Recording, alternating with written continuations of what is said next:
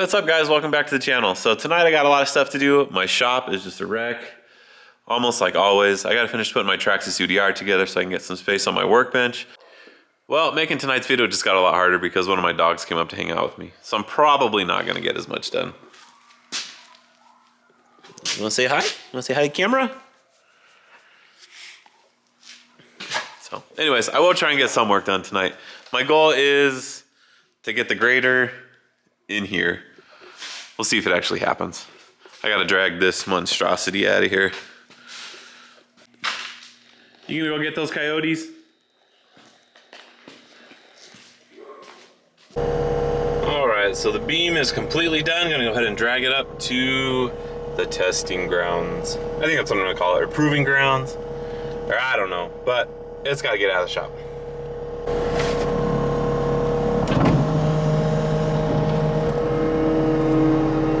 We go. And this is where it's gonna hang out.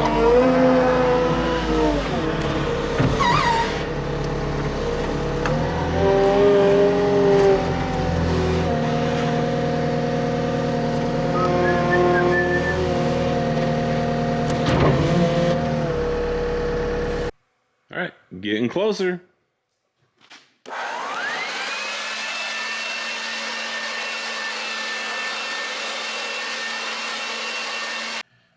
Well, I don't think my shop's ever been like clean enough since I built the ultimate shop chair to do this. And I've been dying to do it, see how far it'll actually go. So here we go.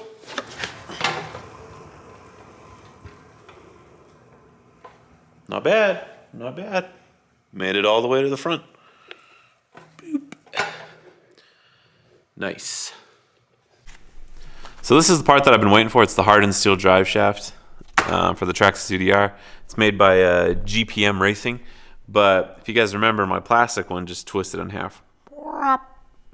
So I can actually start and put this thing back together now. All right, so I got the diff back all put together. Put this on to hold it all in place. So here's what the bulk of our video is going to be about. Tonight we are going to try and build a bomb-proof Traxxas UDR. Because these things are like glass cannons. When I first bought this thing, I'm not kidding, I drove it for like 3 minutes, broke these. So I'd already like beefed these up, beefed these up, beefed these up, these up. I've beefed a ton of stuff on this up, but we got a whole slew of parts here that we're gonna throw on here, make it look super rad, and hopefully it won't break anymore. So when you go to reuse this guy, you do have to take out the old bearings and put them in the new one. Alright, so there's that part looking all nice.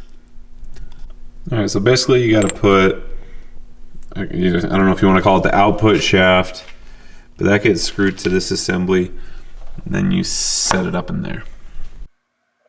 Alright, so now you'll never see those steering arms once you get it all put back together, but they are significantly stronger. Then I got the steering linkages here.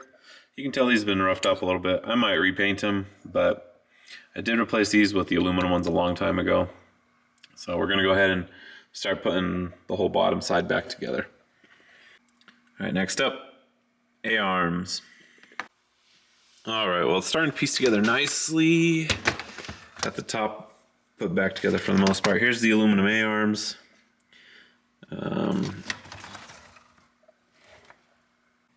So this next piece is like the piece I'm most excited about. This is like a pretty gnarly skid plate for it. So go ahead and throw it on. Makes the bottom side of it look way cooler. Tomorrow we're gonna change out these with these guys. I think that's gonna look a little bit better. And then also we're gonna change out the torsion sway bar set. All this stuff up here. And then I think that's about as bomb-proof as this thing needs to be. We'll put the body back on and we'll go race it.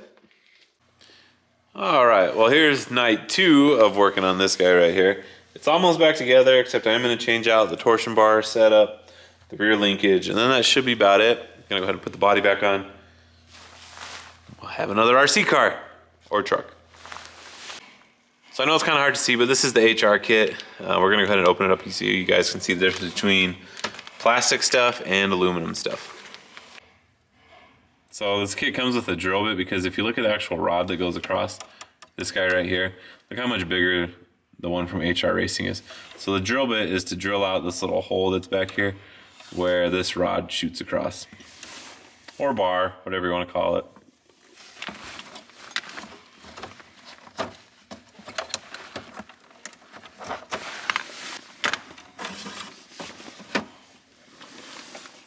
Alright, so here is the size difference.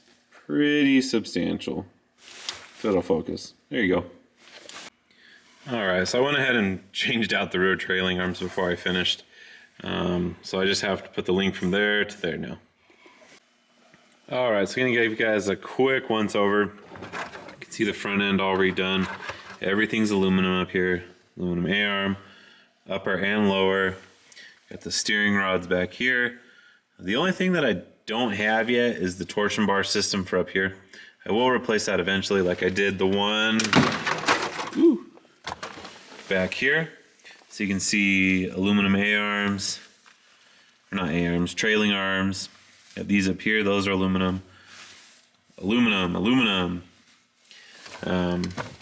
Pretty much replaced everything that's breakable on here. Just one more quick thing to note, I did change these out. When you buy this thing originally, it does come with plastic keys, whatever these are. So I did change them out to metal ones.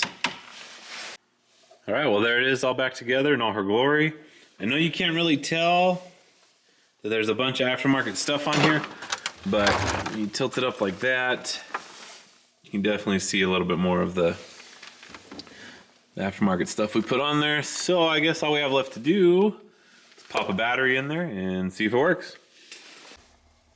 All right, got the batteries in there. Let's bring her down. Turn on L remote. All right, turn this guy on. So far so good.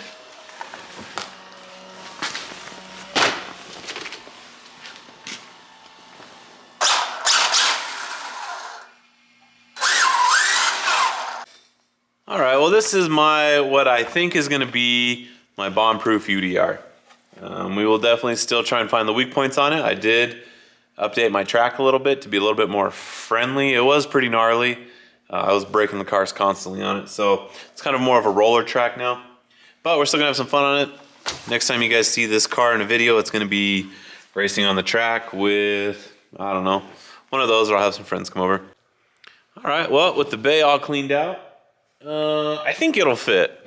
I'm going to try and pull this guy in here, and hopefully it's not too noisy. I don't want to wake the neighbors up. There's no backup alarm, so I think we'll be okay. But I'm going to go ahead and try and pull it in.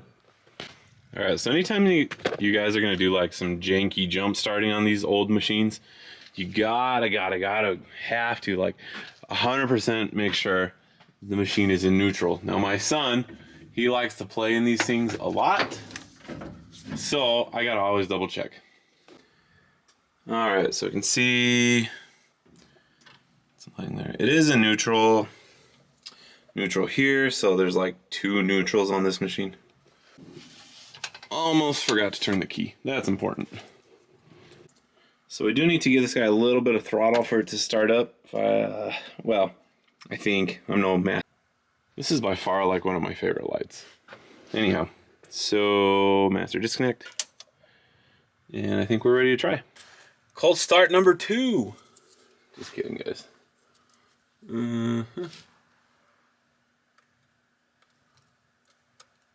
So the reason it's important to put it in neutral, because if you guys start this up, I'm kind of standing between the tires. It could run me over and kill me if it's not neutral.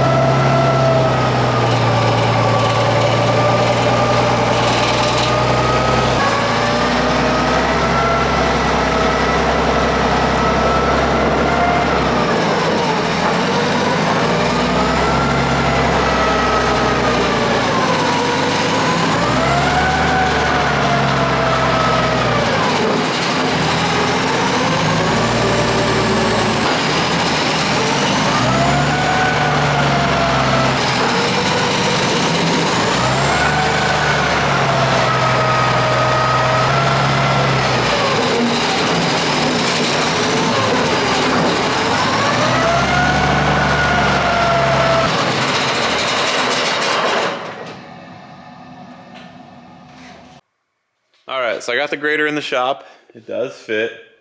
I could have brought it back a little bit more, but I want some space right here.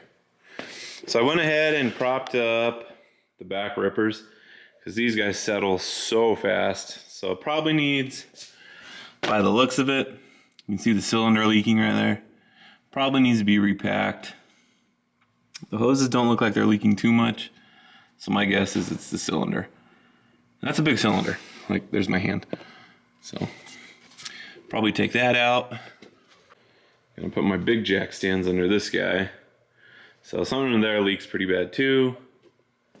All right, gotta find a place to put this on this side.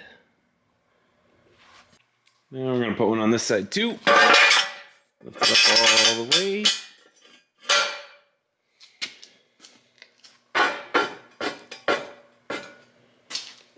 I think when it drops, it'll rest on top of that high enough for the blade not to touch the ground. That's what I'm hoping. Because something back there leaks pretty bad. All right, well, I'm gonna show you guys some of the wiring that is not so hot. So here it is. So, don't know what that's for. This is the one that went back to the starter solenoid that does nothing. Got a loose wire up here. A wire that's cut here. But I'm gonna show you guys what I think is the original wires that went back to the starter solenoid. So I'm pretty sure this plug right here is the one that originally went back to the solenoid. And you can tell it hasn't been used in quite some time. I think it got real hot and basically cooked everything that was in there. So I'm gonna go ahead and cut this. I bought some really nice waterproof connectors again. So redo this and then hook this back up to the actual key switch that's up inside there. So as far as the lights go, these are gonna go away. I think what I would like to do is put one of those emergency like road bars that the tow trucks have on them with like the flashing strobes, the blinkers integrated into them, and some sort of light system in it. We're gonna do that front and rear. There's a lot of lights on this thing. You got a light right there, you got one on the other side.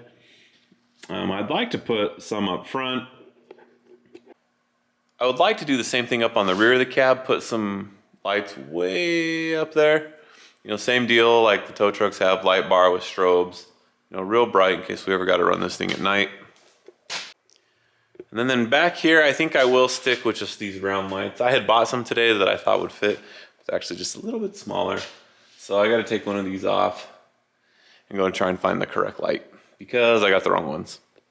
So probably one of the last things that I'll do to this machine that I think is almost a must now is a backup camera. So almost all my tractors have them, minus the excavators. But that's just like such an easy safety feature. Just a quick glance, you guys can see what's behind you so you don't run anyone over. All right guys, well I'm gonna go ahead and put the screws to this video. It's getting late and I'm kind of tired. But as always, I appreciate you guys for taking the time to watch. If you could do me a huge solid, like, subscribe, share with your amigos, hit that notification button so you guys can continue to follow along with the progress of, you know what, I had someone drop down in the comments below, road banana, and it's starting to grow on me. So I'm thinking maybe exnate this JD772A and get road banana or whatever we end up naming this thing, airbrushed right here or some sort of vinyl or something. But anyhow, I'm out of here. I'll see you guys later.